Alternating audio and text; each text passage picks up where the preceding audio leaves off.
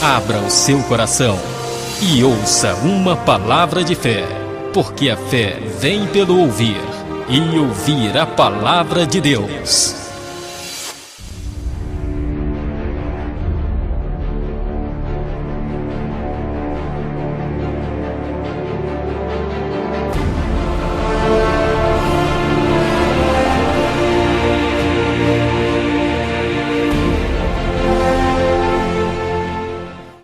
Evangelho de João, capítulo 12, verso de número 32.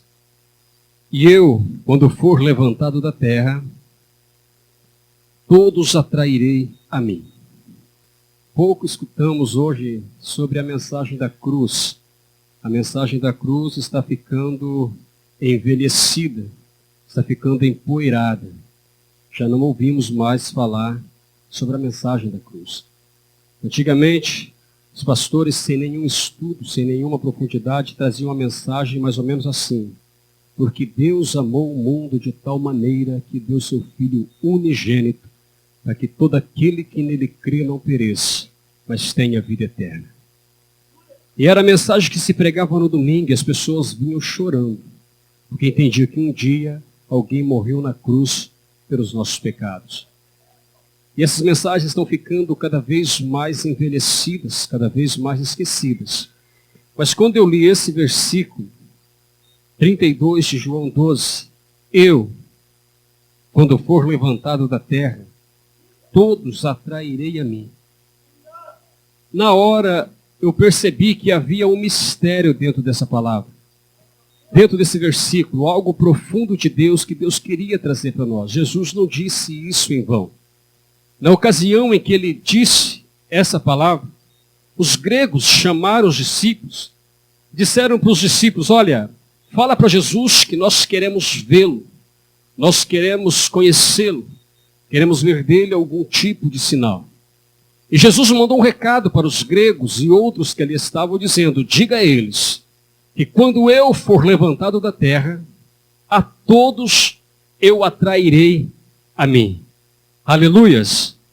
E essas palavras, ela nos traz um certo aperto no coração daqueles que foram salvos por Cristo, porque nós sabemos muito bem que quando ele disse isso, sobre o que ele estava se referindo? Ele estava se referindo à sua morte, e a que tipo de morte ele ia sofrer. Ele estava se referindo à sua cruz, a missão que ele havia assumido voluntariamente por amor à minha e à sua alma.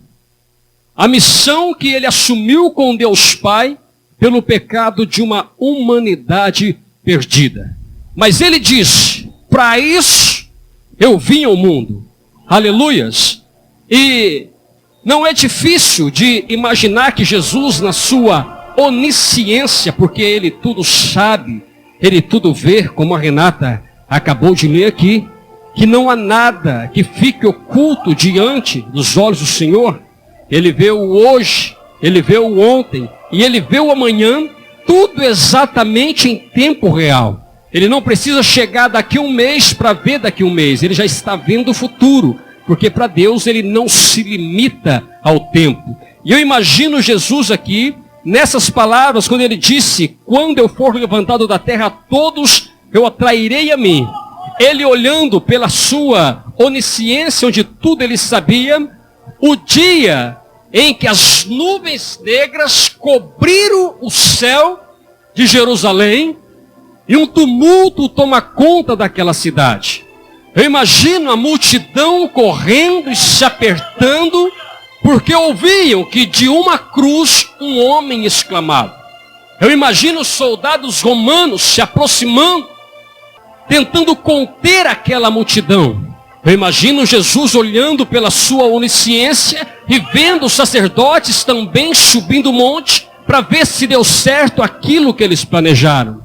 Eu imagino todos os olhos naquele momento voltados para a cruz do meio, aonde estava a maior expressão de amor. Eu disse que todos os olhos estavam voltados para a cruz do meio, menos os olhos de Deus Pai, que por um momento se despojou de seu lado paterno, o seu lado pai, o seu lado cuidador, e se assentou em seu trono como juiz. Uma dívida precisava ser paga. Havia um débito, havia uma dívida, e essa dívida precisava ser quitada. Qual o preço dessa dívida? Precisava ser preço de sangue. Precisava ser preço de sangue de um cordeiro perfeito. Um cordeiro totalmente sem pecado. Um cordeiro que cobriria toda a dívida da humanidade. E ali Deus se assenta agora como juiz. Ele faz silêncio no céu. E mesmo por um momento nós vemos o Cordeiro de Deus dizendo: Pai, por que me desamparaste? Naquele momento corria sobre o seu corpo o meu e o seu pecado. A maior expressão de perfeição estava na cruz. O ser mais perfeito e também o mais poderoso. Porque tendo poder para acabar com toda a humanidade, tendo poder para acabar com a minha e com a sua vida, e começar tudo do zero, ele escolheu pagar o preço pela nossa vida e dar a nós o direito de entrar no céu.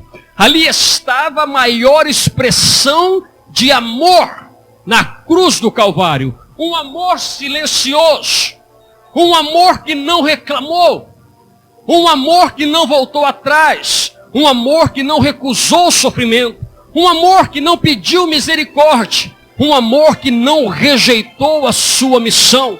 E o evangelista, esse mesmo que nós vemos esse texto, tentou descrever esse amor e disse: Deus amou o mundo de tal maneira. Eu tentei encontrar palavras, eu tentei explicar esse amor, eu tentei expressar esse amor, mas não há palavras, porque é um amor tão sobrenatural que não dá para comparar com qualquer outro amor na terra. É o amor que Jesus sentiu por nós quando ele assumiu a missão de ser levantado na cruz por amor à minha e à sua vida. Ele via tudo isso e ele disse: quando eu for levantado da terra, a todos eu atrairei a mim. Aleluias! Ali todos estavam sendo atraídos por Jesus na cruz. E é isso que me chamou a atenção. Todos estavam sendo atraídos por quem? Isso me chamou a atenção, Sebastião. Jesus disse: quando eu for levantado da terra, a todos eu atrairei a mim. Naquele dia, eu serei a principal atração. Naquele dia eu serei o alvo. Naquele dia eu serei o foco. Não haverá outra estratégia. Não haverá um jeitinho humano. Não haverá um entretenimento, não. Naquele dia eu serei a atração da humanidade. Todos serão atraídos por mim quando eu for levantado na cruz. E o que me chamou a atenção nesse versículo é: depois de tudo isso que Jesus passou e fez por nós, e deixou aqui a semente do seu sangue, que somos nós, de onde surgiu a igreja, eu e você, pregadores da palavra, os pregadores das boas novas, para dizer que Jesus morreu pelos nossos pecados, para que nós pudéssemos entrar no céu. Eu tento imaginar agora Jesus olhando do céu e se perguntando: como está a minha semente na terra? Será que, como eu fiz na cruz do Calvário, será que na terra ainda está acontecendo do mesmo jeito? Será que dentro das igrejas aonde eles se reúnem, será que eu ainda estou atraindo as pessoas? Será que eu ainda sou a principal atração lá dentro? Por que será que as pessoas estão indo às igrejas? Por que é que as pessoas estão entrando nesse prédio chamado lugar de oração? O que está atraindo as pessoas até aqui? Eu vou mudar a pergunta. O que te atraiu até aqui hoje? Aleluias. Qual é a atração que te trouxe até este lugar? Porque a palavra atrair tem o mesmo significado de arrastar.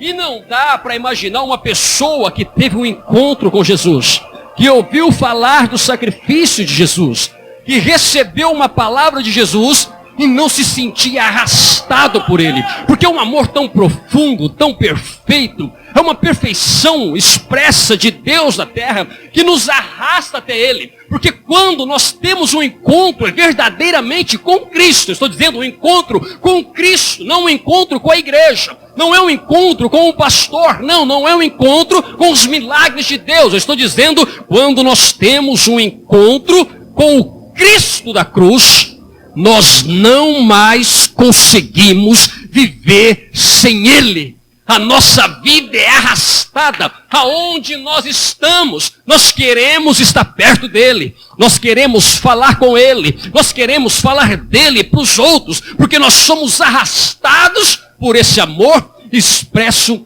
na cruz do Calvário. Quem pode dar um glória a Deus? Aleluias, louvado seja o nome do Senhor. Mas eu imagino essa semente de Jesus que deu frutos.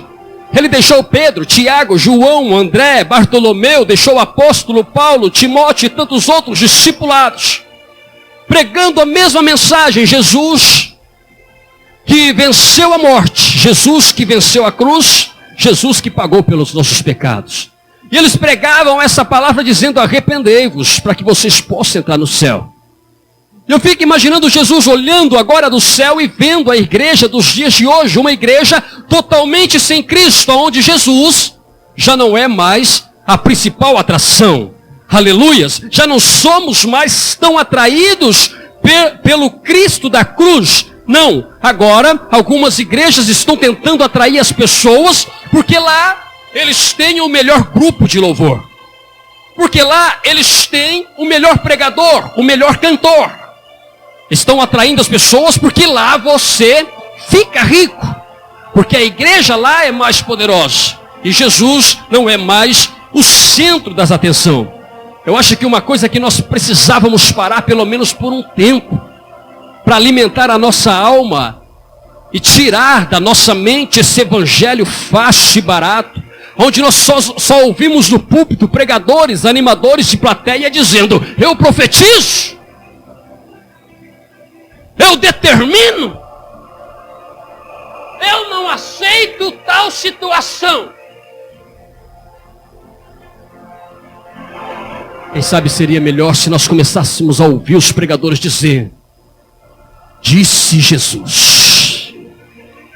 Jesus falou assim. Jesus ensinou tal coisa. Ei, quem é o pastor Jair aqui? Quem é o Caetano? Quem é o Odair? Nós não somos nada, mas ele aqui é. Ele ainda atrai as pessoas e não precisamos inventar nada. Ele ainda precisa ser o foco, a atração principal da igreja. Aleluias! Aleluias!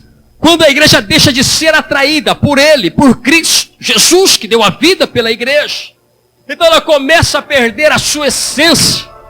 E nós começamos a deixar a palavra de Deus e dar lugar às heresias. Como que nós fazemos isso? Nós pegamos a palavra de Deus, irmãos, e esticamos aqui, esticamos ali, apertamos aqui, encolhemos aqui, até que ela se enquadre naquilo que alegra a minha e a sua vida. E para obterem lucros, para ficarem famosos, para terem algumas portas abertas, já não se prega mais o que a igreja precisa ouvir, porque é mais fácil pregar o que ela quer ouvir. É muito mais fácil, dá muito mais resultado eu pregar aquilo que a pessoa quer ouvir do que aquilo que ela precisa ouvir. O que é mais gostoso, você ir no médico, ele dizer que você não tem nada,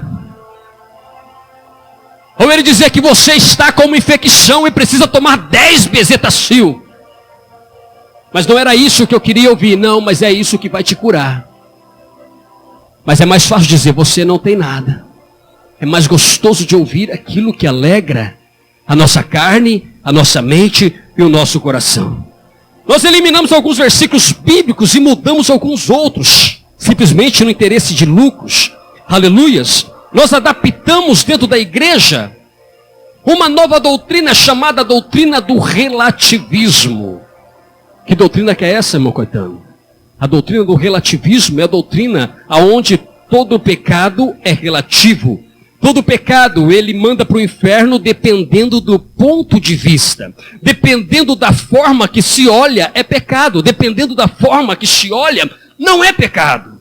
Por exemplo, se a moça abortar, é pecado, sim ou não? Bom, depende, pastor. Depende do ponto de vista, porque ela sofreu um estupro. Então ela pode agora tirar a vida que já está dentro dela e jogar fora, matar, ser uma assassina, matar aquilo que já está vivo dentro dela, porque ela sofreu isso, ela sofreu um abuso.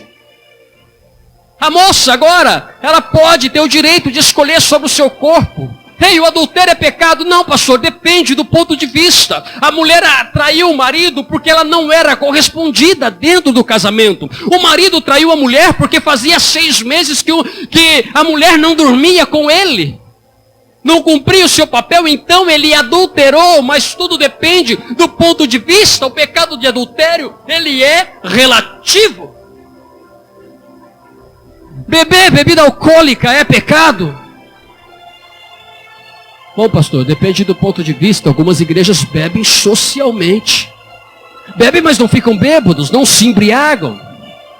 É um vinhozinho, é uma cervejinha quando está entre os amigos, só entre irmãos. Eu quero dizer que a palavra de Deus diz que socialmente nós vamos para o inferno.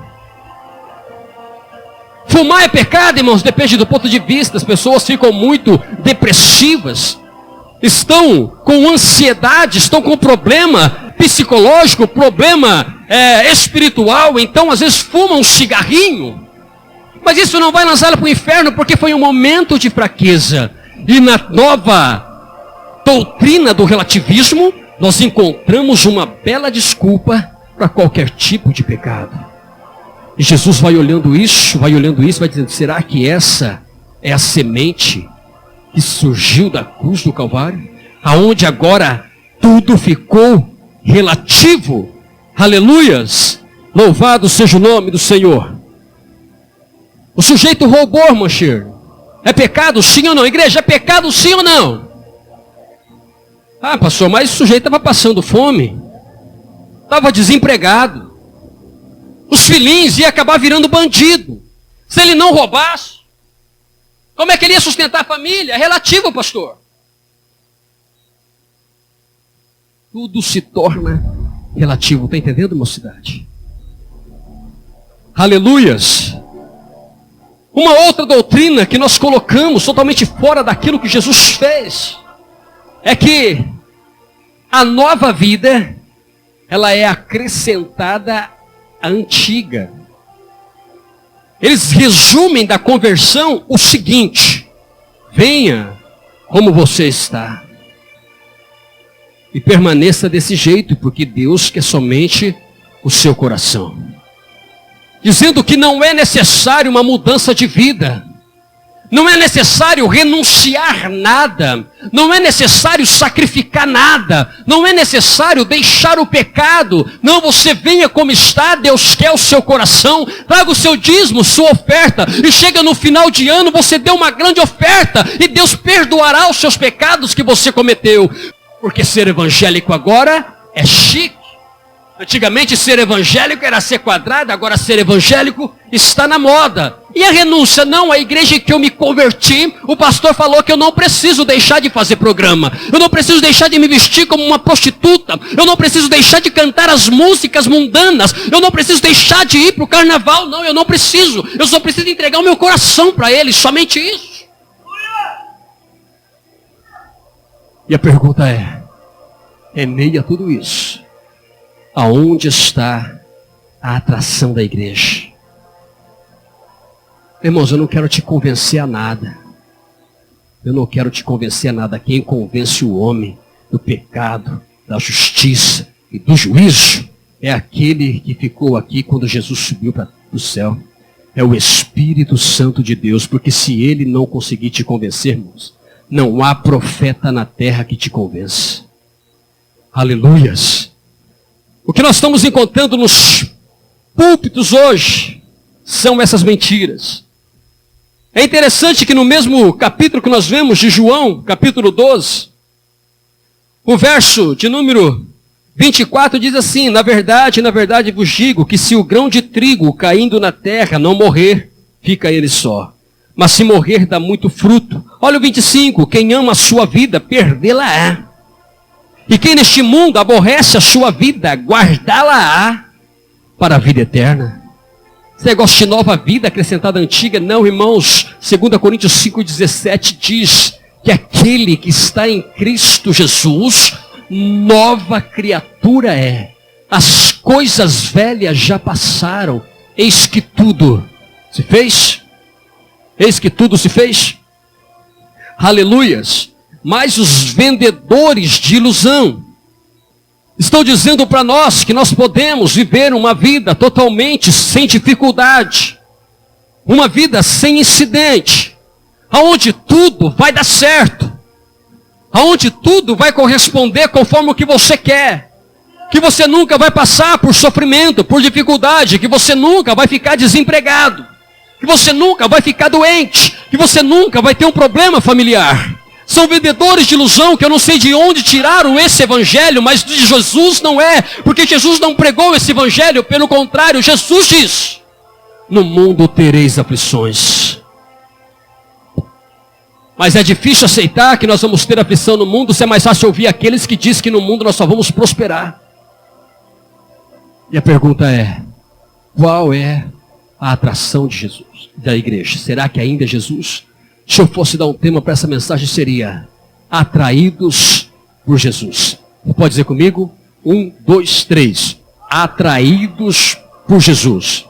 Diga para esse irmão que está ao seu lado. Fala: eu não sei você. Fala: mas eu sou atraído por ele. Tá bom demais, irmãos. Basta um. No meio de 32 mil, Deus precisou só de 300. Se no meio de uma igreja toda Deus tiver pelo menos 3, a palavra continuará sendo pregada. Se ele precisar de um profeta aqui, onde estão os profetas da palavra de Deus?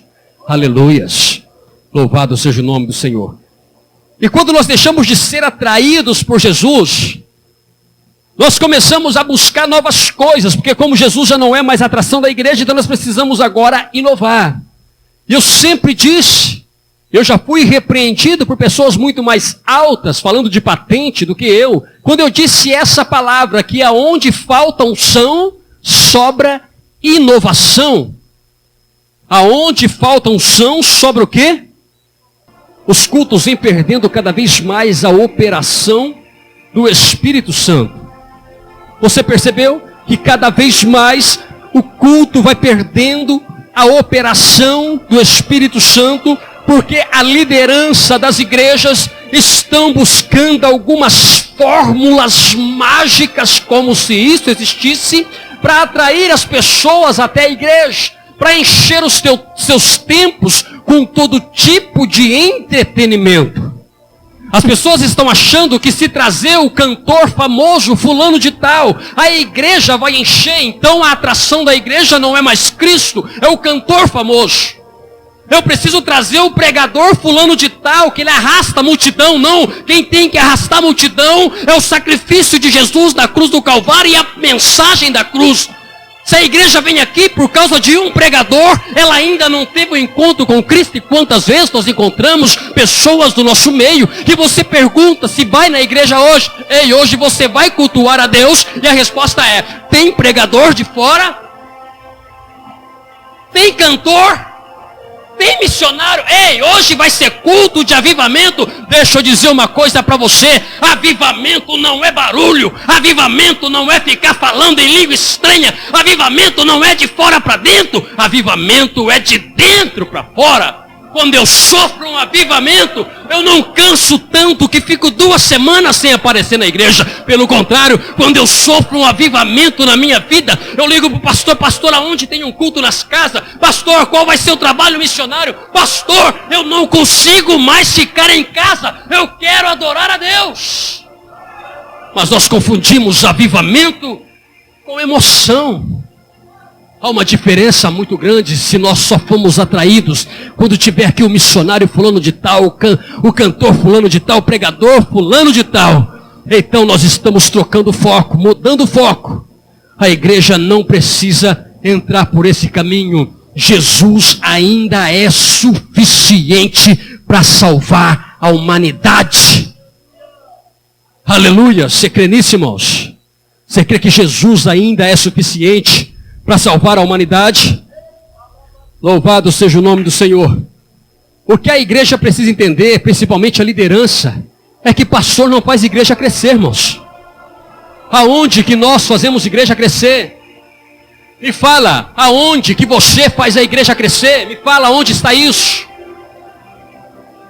Aonde que a desenvoltura do pregador, o carisma dele, aonde que a minha inteligência, as minhas estratégias de ganhar alma vai encher a igreja?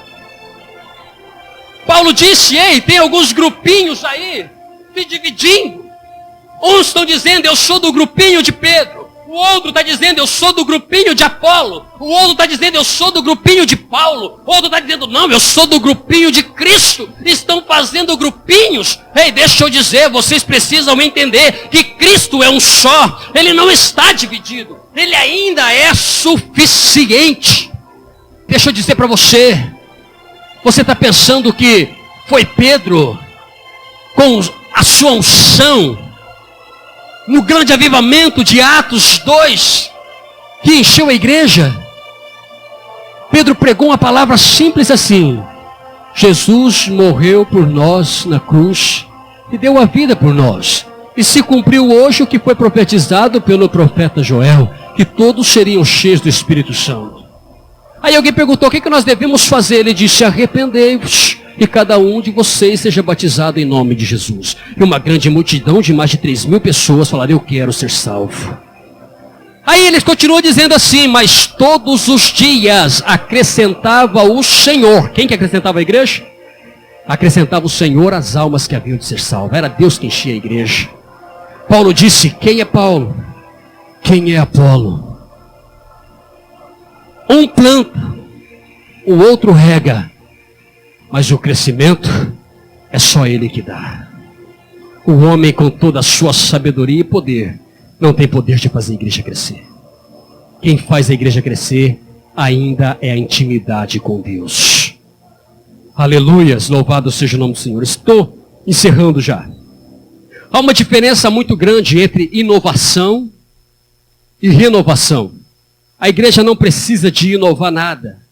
A igreja só precisa voltar às suas origens. A igreja precisa de uma renovação. Isso sim. Davi disse, no Salmo 51, verso 10, olha que ele disse, cria em mim, ó Deus, um coração puro. E renova em mim um espírito reto.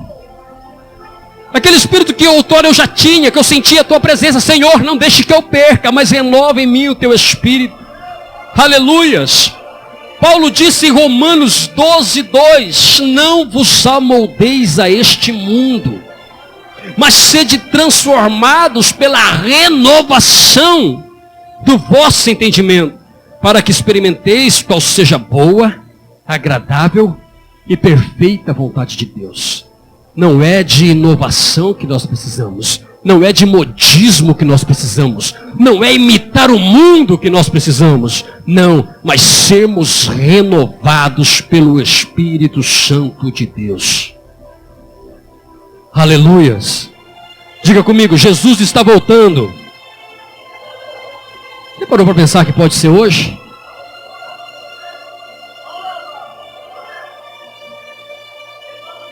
Algumas coisas profanas com aparência de santo estão tomando conta das igrejas em geral. Uma palavra satânica, americanizada, gospel, é uma adaptação de evangelho para tudo aquilo que você quer trazer do mundo. Tudo que o homem quer trazer do mundo, ele adapta a teologia mundana do gospel. Vamos fazer aqui um carnaval gospel. Vamos fazer aqui um torneio de futebol? Vamos fazer uma festa junina? Vamos fazer uma balada? Mas tudo que o crente quer pôr dentro da igreja, ele coloca o nome de gospel, rodeio gospel. Daqui a pouco vai ter casa de prostituição gospel. Tudo que você imaginar terá gospel. E as pessoas vão indo nessa onda, irmãos. Porque vê aqueles grandãos que se venderam pela teologia da prosperidade, fala, não, mas o fulano de tal está fazendo, é homem de Deus, ei. Paulo disse, se alguém pregar a vocês um outro tipo de evangelho, eu vou além, Paulo disse, se um anjo descer do céu e pregar outro evangelho, além daquilo que eu já tenho pregado, que ele seja considerado maldito. Nós não devemos ir na onda dos homens, irmãos. Paulo disse, sede meus imitadores, assim como eu sou imitador de Cristo. Aleluias. O que nós estamos encontrando hoje são pontos de contatos, ou seja, amuletos da fé. Quantas vezes nós entramos na casa de crente e vemos galinhos de arruda pendurado? Para que serve aquilo, irmãos? Eu já dei paz ao Senhor para irmãos com um galinho de arruda atrás da orelha. Eu já cheguei na casa de crente, irmãos, eu estou falando de verdade. Já cheguei na casa de crentes e vi um potinho com sal grosso e alho na mesinha de centro. Para que é, irmão? Não sei para que serve. Entrei na casa de crente e vejo lá na estante a Bíblia aberta no Salmo 91. Vejo a Bíblia aberta no Salmo 23. Como se aquilo fosse dar algum tipo de oposição a Satanás. São pessoas que ainda não tiveram um encontro com Jesus, que precisam de uma renovação espiritual e sair desses amuletos, sair desses pontos de contato. Quando nós entramos nas igrejas não é diferente. Nós encontramos na igreja todo tipo de ponto de contato, algumas com sal grosso, outras vendendo azeite, outras vendendo copo d'água, barro ungido, é tanta coisa ungida, é rosa ungida. De tudo, até o tijolinho ungido se encontra, chapéu ungido, toalha ungida, lenço ungido, é tanta miséria ungida. E o crente acha que precisa daquilo para prosperar. Crente falto de entendimento, tem a coragem de catar uma toalhinha, dizendo que é toalhinha ungida, e eu vou passar no caixa eletrônico e a minha conta vai ser quitada. São pontos de contato, irmãos, achando que Deus é criança. A palavra de Deus já não é mais suficiente. Ei, Jesus disse assim, tudo que você pedir para o meu Pai, em meu nome, Ele vai fazer por você. Se você pedir com fé, porque o meu Pai não é um Deus miserável, um Deus carrasco, pelo contrário, Ele conhece a necessidade dos seus filhos. Mas quando você troca Deus por amuletos, então Ele fala, eu quero ver esse amuleto fazer milagre. Você vê cada absurdo que eu já vi, irmãos. É melhor não comentar. Alguém vai se ofender. Aleluias. A teologia da prosperidade e a confissão positiva, irmãos, tomou o lugar da Bíblia na igreja. Tem pregadores que chegam na igreja e chegam até a audácia de dizer, hoje eu nem vou usar a Bíblia. Hoje nós vamos usar a fé. Tudo que você determinar na sua mente vai acontecer. Confissão positiva. Já ouviram falar disso? Você coloca na sua cabeça que vai acabar dando. Não precisa mais de Bíblia, não precisa mais de Deus, não precisa mais de fé. Agora tudo que você determinar vai acontecer. Você determina, uma vez saíram até um pessoal vendendo alguns DVDs, ensinando você a deixar a Bíblia e se aderir à teologia da confissão positiva. Você vai colocar na sua cabeça que o seu celular nunca mais vai tocar para trazer má notícia. Aí seu celular só toca para trazer boa notícia. Coloca na sua cabeça que lá na caixinha do seu correio vai ter cheque, vai ter dinheiro, vai ter proposta de vida financeira, não vai ter mais conta. E os tolinhos vão entrando nessa onda, irmão. Confissão positiva. Eu vou determinar que a namorada do fulano de tal vai largar dele e vai começar a namorar comigo. Eu vou determinar que o carro do pastor Jair vai ser meu. São mentiras, irmãos. Estão pregando e tirando a nossa atenção dele para colocar a atenção nele. Quando eu for levantado da terra, a todos atrairei a mim. Aleluias. Aleluias. Glória a Deus. Entretenimento, irmãos, até emociona o homem, mas infelizmente não tem poder para salvar a alma humana. O que salva a alma humana ainda é a pregação da palavra. Ainda é o evangelho da salvação. O culto não foi feito, pastor Jair, para ser um lugar de prazer e satisfação, onde nós viemos aqui para satisfazer o nosso ego, não. Nós viemos aqui para adorar o Deus Todo-Poderoso, que um dia deu o seu Filho por nós na cruz do Calvário. Um Deus que tem o poder de realizar o milagre na minha vida, e para Deus não há impossível. Não há nada que seja impossível para o meu Deus. Um Deus que tem o prazer em abençoar os seus filhos, mas que está sendo vendido pelos mentirosos. Um Deus que vê a sua lágrima, que vê o seu sofrimento. Um Deus que ainda se compadece daqueles que o reconhecem como Deus. Nós não podemos perder o foco. Aquele que negar Jesus nessa terra, ele também negará diante do Pai. Não precisamos de atalhos, não precisamos de varinha mágica. O nome de Jesus ainda tem poder para expulsar demônio, para curar enfermidades e para satisfazer a alma humana. Aleluias. Aleluias. Talvez Jesus olhe do céu e sinta saudade da mocidade, que um dia sentia a presença de Deus e eram cheios do Espírito Santo. Talvez Jesus olhe do céu e sinta saudade daquelas irmãzinhas que não sabiam nem falar direito, mas de repente dava uma rajada de língua estranha e o poder começava a descer sobre aquele lugar e ia contagiando o outro, contagiando o outro. Aí um queria estranhar, outro ficava com medo e saía correndo, mas daqui a pouco a igreja se enchia do poder de Deus, coisas que nós não vemos mais, porque o culto está ficando cada vez mais emocional. Ei, o que nós precisamos é nos renovarmos, nos enchermos do Espírito Santo e ter Jesus ainda como a nossa principal atração. Amém? Que Deus abençoe sua vida em nome de Jesus.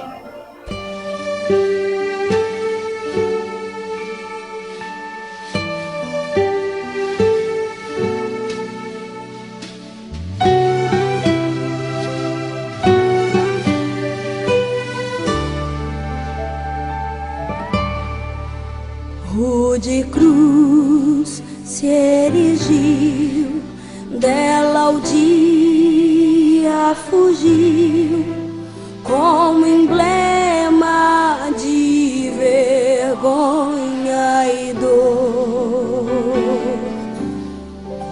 Mas contemplo esta cruz, porque nela Jesus deu a vida por mim, pecador.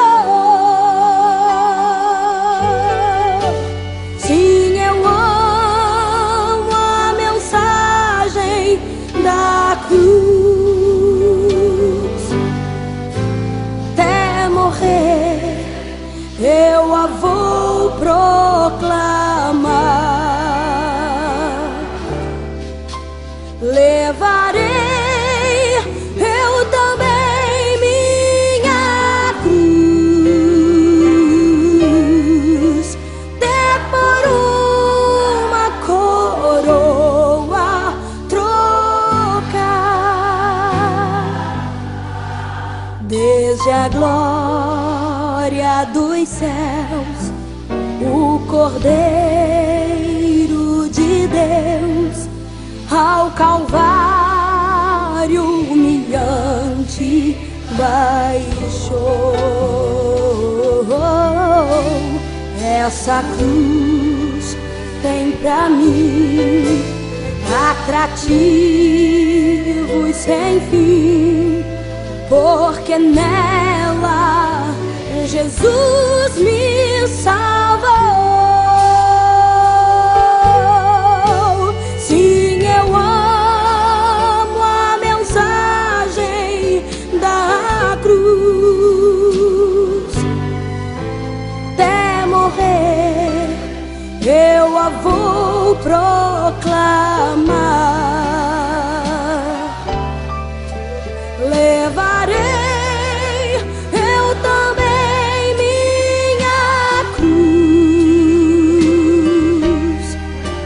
até por uma coroa trocar.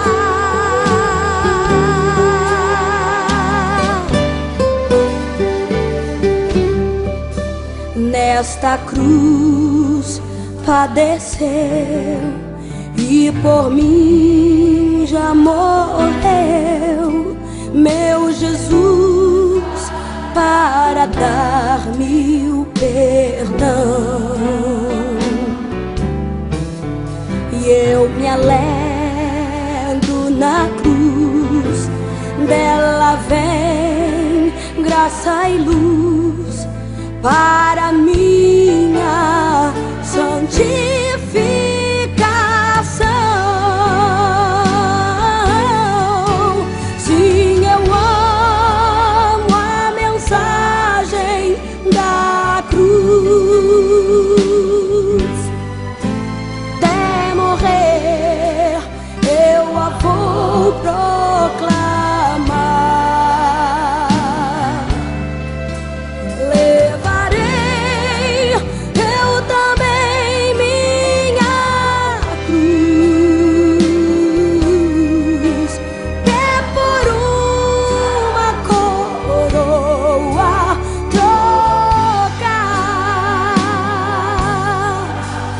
Eu aqui com Jesus, a vergonha da cruz, quero sempre levar e sofrer.